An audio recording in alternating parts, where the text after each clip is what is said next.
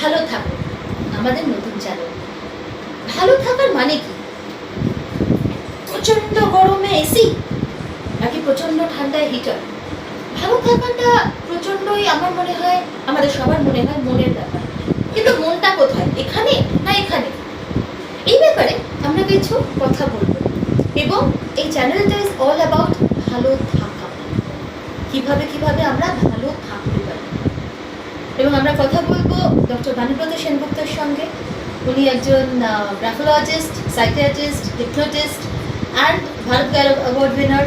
তাছাড়া আরও 16টা আলাদা অ্যাওয়ার্ডস, ডিফারেন্ট অ্যাওয়ার্ডস।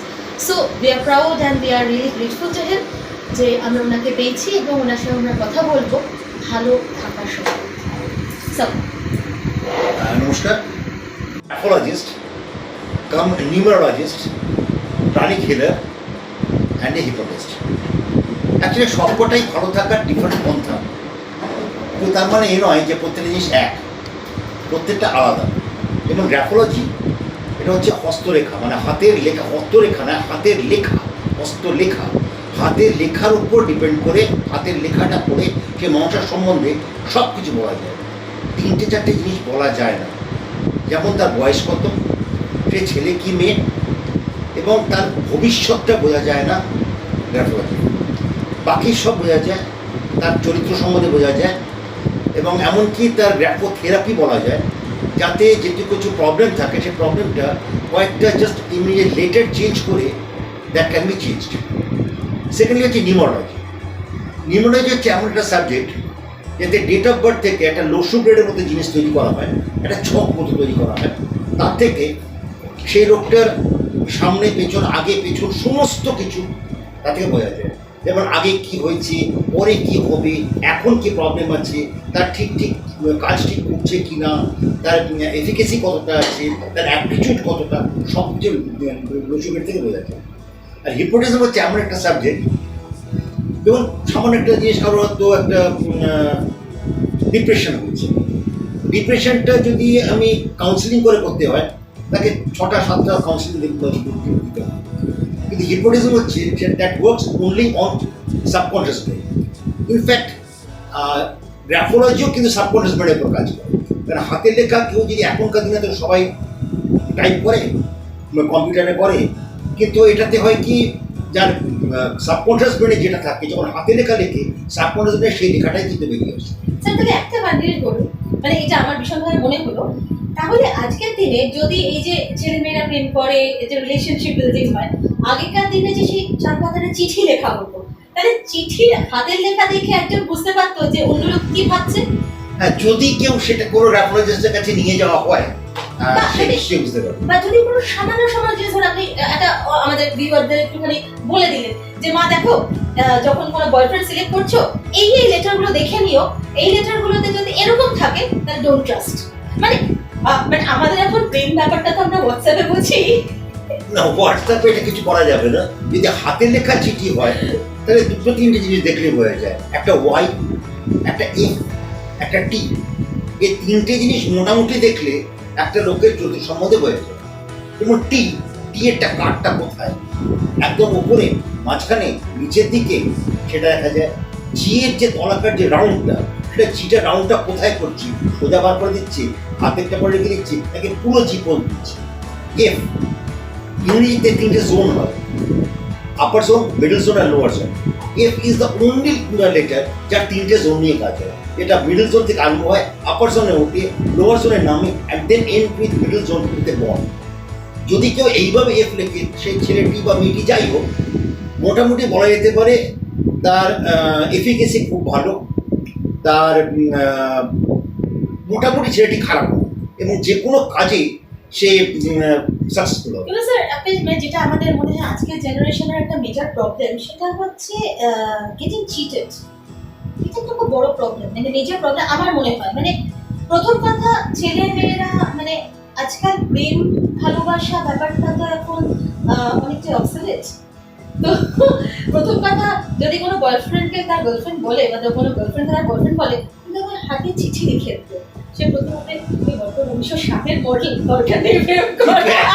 হাতের লেখা ছাড়া গ্রাফোলজিতে করা যায়। তার মানে হাতের লেখাটা চিঠি দরকার। চিঠি মানে দরকার। প্রথমে প্রেমের শুরুতেই একটা হাতে লেখা চিঠি দরকার, এবং সেই চিঠিতে আমরা দেখে নেব কয়েকটা ছোট ছোট জিনিস যাতে চিটিং ইন্টেনশন আছে কিনা বোঝা যাবে। হ্যাঁ, খুব ইজি বোঝাচ্ছে। তো সেটা আমার মধ্যে চিটিং ইন্টেনশন কোথায় বোঝা যাবে স্যার? চিটিং ইনস্ট্রাকশন ধরুন ইন্টেনশন আছে কিনা সেটা নিউমারোলজিতে বোঝা যায়। না মানে আমি যদি হাতের লেখাতে ধরুন কোনো একটা স্পেসিফিক ওয়ার্ড যেটা বা কোনো স্পেসিফিক লেটার যাতে বোঝা যাবে যে এই ছেলেটি বা এই মেয়েটি তার চিটিং ইন্টেনশন আছে কিনা।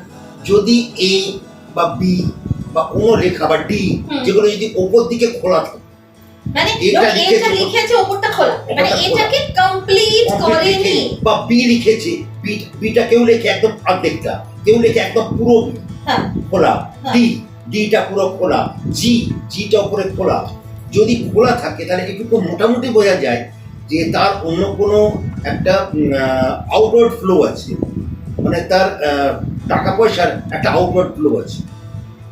মানে it may not be justified. না, it cannot be justified. Cannot be justified. It cannot তো be এটা তো তাহলে আমাদের পক্ষে আমার মনে হয় আজকের cannot be জেনারেশনের জন্য এটা একটা বিশাল শিক্ষার জায়গা যে which cannot be justified, মানে তার মানে যেটা যদি এটা পুরো কমপ্লিট নয়, মানে উপর থেকে এটা খোলা আছে, মানে উপর এটাকে কমপ্লিট মানে রাউন্ডটা কমপ্লিট করেনি, বিটা যে আমাদের তলাটা বি এর যে কমপ্লিট বিটা না লিখে উপর থেকে খোলা, ডিটা উপর থেকে খোলা, তার মানে if the letter is not complete তার মানে তার চিটিং ইন্টেনশনস আছেই, এবং তাকে বিশ্বাস করার আগে 10 বার ভাবতে হবে, ভাবতে হবে না। তার ডেট অফ বার্থ নিতে হবে এবং proper correct date of birth, যেটা এখনকার দিনে ম্যাক্সিমাম লোক ঠিক দেয় না। কোনো ছেলে মেয়ের কাছে ইনফ্যাক্ট তারা নিজেরা জানেও না এবং দেয়ও না। বাবা মা যার ডেট অফ বার্থ স্কুলে লিখে দিয়েছে সেটা কি চালু হয়ে যায়। In fact correct date of birth যদি না থাকে তাহলে কিন্তু নিউমারোলজি করা যায় না। এই নিউমারোলজিতে পরিষ্কার বোঝা যায় তার ইন্টেনশন চিটিং কি ভালো। যেমন ধরো টি, যেটা গ্রাফোলজিতে বলছিলাম, টি এর কাঁটাটা যদি ওপর দিকে হয় তাহলে মোটামুটি বোঝা যায় যে লোকটা কাজের লোক, কাজকর্ম বোঝে এবং তার মেন্টাল স্টেবিলিটি অনেক স্ট্রং। কেউ টিটা কাটে তো পেটের কাছে তলার দিকে, সে কিন্তু মেন্টালি উইক, সে কাজ করতে পারছে না, তার মেন্টাল স্টেবিলিটি কমে গেছে। ওয়াইটা পুরো লেখেনি, অর্ধেক লিখে ছেড়ে দিয়েছে। মানুষের জীবনে দু রকম আছে, একটা হচ্ছে কাজ করার ক্ষমতা, একটা হচ্ছে কাজ ডিস্ট্রিবিউশন করছে ক্ষমতা। এই দুটো পুরোটাই ডিপেন্ড করে GFY এর উপর। এগুলো যদি এই কয়েকটা যদি দেখে নেওয়া হয় তাহলে কিন্তু অনেক কিছু বোঝা যায়, যেটা আগে থেকে যেটা বলছিলে যে এই ব্যাপারে। কিন্তু এখনকার দিনে সবচেয়ে বড় প্রবলেম হচ্ছে এখন হাতে লেখা চিঠি কেউ দেয় না, সবাই করে মোবাইলে হোয়াটসঅ্যাপ করে। তাহলে আমাদের একটু চেঞ্জ হতে হবে, তার মানে আমাদের ভাবনাটা একটু চেঞ্জ করতে হবে। এবং স্যার তাহলে আমি বলবো না, এটা সাজেশন ফর দ্য ইয়াংস্টার্স, আমাদের এই যে জেনারেশনটা লাস্ট 2 বছরের লকডাউনে স্যার আমাদের জেনারেশনটার মেন্টালি অনেকটা চেঞ্জ এসছে, আমাদেরকে এটার সঙ্গে অ্যাডাপ্ট করতে হয়েছে। আজকে বাচ্চারা স্কুলে গিয়ে দুষ্টুমি করার থেকে মোবাইলে খেলতে বেশি পছন্দ করে, ছেলে মেয়েরা সামনে বসে দুটো কথা বলার থেকে মোবাইলে চ্যাটিং বেশি পছন্দ করে। Life has changed. তো খালি চেঞ্জ হয়নি, এখনকার আমি অনেক জায়গায় দেখেছি যে পুরোনো বন্ধু বান্ধব 4 জন 5 জন 6 জন বন্ধু বান্ধব বসে আছে, ভিডিও কলিং, তারা নিজেদের মধ্যে কথা বলছে না, যে যার নিজের মতো মোবাইল রাখছে, যে যার প্রত্যেকে মোবাইলে দেখছে। 4 জন 5 জন পুরো বন্ধু বসে আছে, তারা নিজের গল্প করছে না। যে জিনিসটা আগে আমাদের সময় কখনো আমরা ভাবতেও পারতাম না যে 5-6 জন বন্ধু বান্ধব বসে মোবাইল দেখবে, গল্প করবে না। তো এই জিনিসটা, আর মোবাইল জিনিসটা বাচ্চাদের কাছে কতটা খারাপ সেটা আমি বারবার আমার পেশেন্টদের বলি, আমার যত বলি যে বাচ্চাদের মোবাইল দেবেন না, তাদের ব্রেন ট্যাম্পার করে। মানে মোবাইল থেকে একদম রে বেরোবে, যে রেটা ডাইরেক্টলি অ্যাটাক করতে ব্রেনে, বাচ্চাদের ব্রেনটা ড্যামেজ করে দেয়, চোখ নষ্ট করে দেয় এবং পড়া পুরো মনটাই অনেক দিন। আজকালকার বাচ্চারা মারা পেতে দোষটা ম্যাক্সিমাম মাদের। মারা করে কি, বাচ্চারা খাচ্ছে না, হাতে একটা মোবাইল ধরিয়ে দিল, পড়ছে না, আচ্ছা তুই পড়ছিস না, আচ্ছা একটু মোবাইল দেবো, তারপর পড়বো। এই যে তার অ্যাডিকশনটা একবার হয়ে যাচ্ছে, সে আর তখন কিন্তু মোবাইল ছাড়া খাচ্ছে না, এবং খাচ্ছে যখন কি খাচ্ছে জানছে না, তার নারিশমেন্ট কিচ্ছু হচ্ছে না। কারণ সে রসগোল্লা খাচ্ছে কি বার্লি খাচ্ছে কিন্তু তার মাথায় ঢুকছে না, সে মুখে দিচ্ছে, চিবিয়ে নিচ্ছে। কিন্তু আলটিমেটলি তার নারিশমেন্টটা কখন বোঝায়, যখন সে সাবকনশিয়াস ব্রেন বা কনশিয়াস ব্রেন সেটাকে অ্যাকসেপ্ট করবে যে আমি রসগোল্লা খাচ্ছি কি আমি মাংস খাচ্ছি, সেটা সে বুঝতে পারছে। সে তো তার মাথাটা ব্রেনটা তো টোটালি মোবাইলের মধ্যে। যার জন্য বাচ্চাদের নারিশমেন্ট অ্যান্ড গ্রোথও প্রচণ্ডভাবে হ্যাম্পার হচ্ছে ডিউ টু মোবাইল। তাহলে স্যার মানে আমরা যদি একটু জিনিসটাকে ডিসকাশনের সিনপসিসে আসি, যে আমাদের এখন যেটা সবচেয়ে বড় মনে হয় টেনশন, সেটা হচ্ছে youngsters, the college going boys or the 11-12 boys and girls. এরা হচ্ছে আমাদের ফিউচার, এরাই নেক্সট জেনারেশন, এবং এরাই আমাদের সবচেয়ে বড় টেনশন। তাহলে এদেরকে প্রথম যে জায়গাটা আসতে হবে সেটা হচ্ছে they have to be more active. এবং প্রথম কথা আমাদেরকে হোয়াটসঅ্যাপ থেকে চিঠিতে যেতে হবে, এবং তাদের নিজেদেরও লেখা ব্যাপারটা খুব বেশি করতে হবে। লেখার তাদের অভ্যাসটা স্কুলে করতে কলেজে পরীক্ষার সময় তো লিখতেই হবে, আচ্ছা। সেখানে কিন্তু হোয়াটসঅ্যাপ বা কম্পিউটার ল্যাপটপ কিচ্ছু চলবে না। তাকে লেখাটা অভ্যেস করতে হবে, আর লেখাটা অভ্যেস করে যদি আরেকটা জিনিস আমি বারবার বলে দেবো প্রত্যেক বাচ্চাদের, যে লেটার, প্রত্যেকটা লেটার হচ্ছে প্রত্যেক মানুষের নিজস্বতা, একটা নিজস্ব সাপোর্টার ব্রেককে বলে দেয় যে এই মানুষটা এইরকম। এটা প্রত্যেক লেটার থেকে বোঝা যায়। প্রত্যেকটা letter must be proper and complete.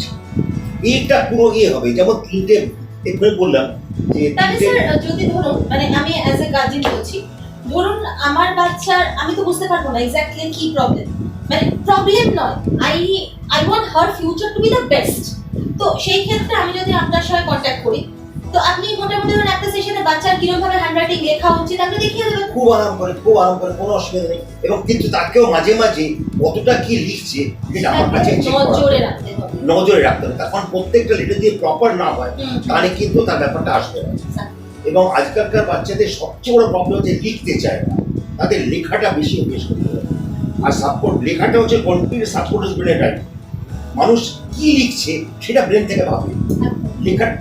লেখাটা কিন্তু সাপোর্ট ব্রেনে লেখা থাকে, মানে এ কি করে লিখতে হয়, বি কেও লিখতে হয়, এখন ভাবতে হয় না, সেটা তার মাথায় অলরেডি সাপোর্ট ব্রেনে আছে, সুতরাং সে সেইভাবে লিখে যায়, কিন্তু ম্যাটারটা তাকে ভাবতে হচ্ছে। সুতরাং এটাকে লেখাটাকে বেশি অভ্যেস করা উচিত। বাচ্চাদের লেখাটা প্রচুর অভ্যেস করতে হবে, এবং লেটার, প্রত্যেকটা লেটারকে প্রপার পুরো কারেক্ট লিখতে হবে, পুরো প্রপার লিখতে হবে। আধখাচড়া লেটার লিখলে তার চরিত্রটা আধখাচড়া অনেক নিচে প্রবলেম আছে। তাকে প্রত্যেকটা লেটার প্রপার ওয়েতে পুরো লিখতে হবে, পুরো লেখাটা লিখতে হবে।